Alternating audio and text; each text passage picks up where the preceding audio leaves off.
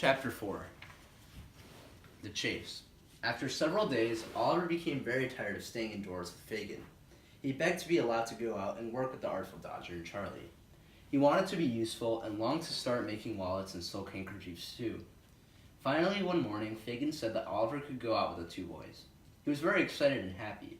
He wondered where they were going and what he would learn to make first.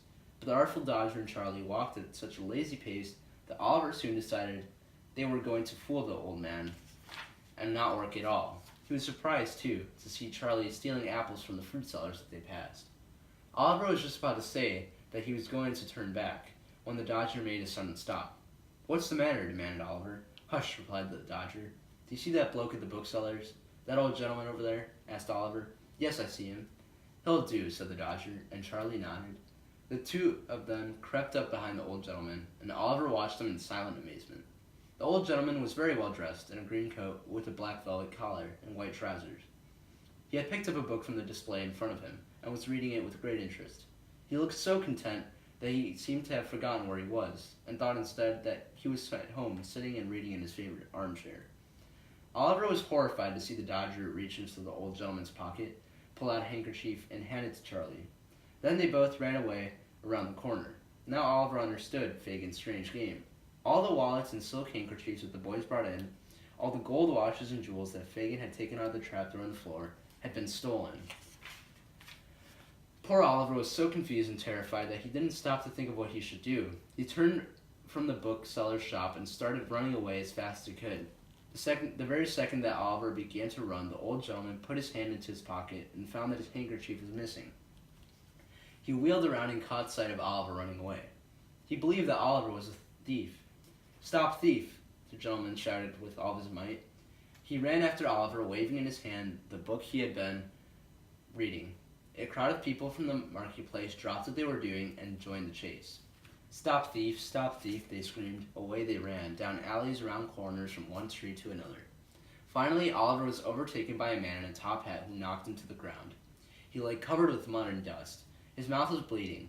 He looked wildly up at the faces who surrounded him. The old gentleman who had been robbed was the only one who felt pity for Oliver. He looked down on the boy's gentle face in surprise and sorrow. The others clapped their hands and cheered the man who had hit Oliver. Suddenly, a police officer arrived and grabbed Oliver by the collar, dragged him to his feet. "It wasn't me, sir," pleaded Oliver weakly. "It was the other two boys. They are somewhere." "Ha!" the police officer laughed. "Oh, please do not hurt him," said the old gentleman. "Why now am I not sure that this boy took my handkerchief at all?" But the police officer would not listen to him. "It's too late now," he said. "You must both go before the judge." Oliver was thrown into a cold jail cell until he had appeared in court. The old gentleman waited in the courthouse.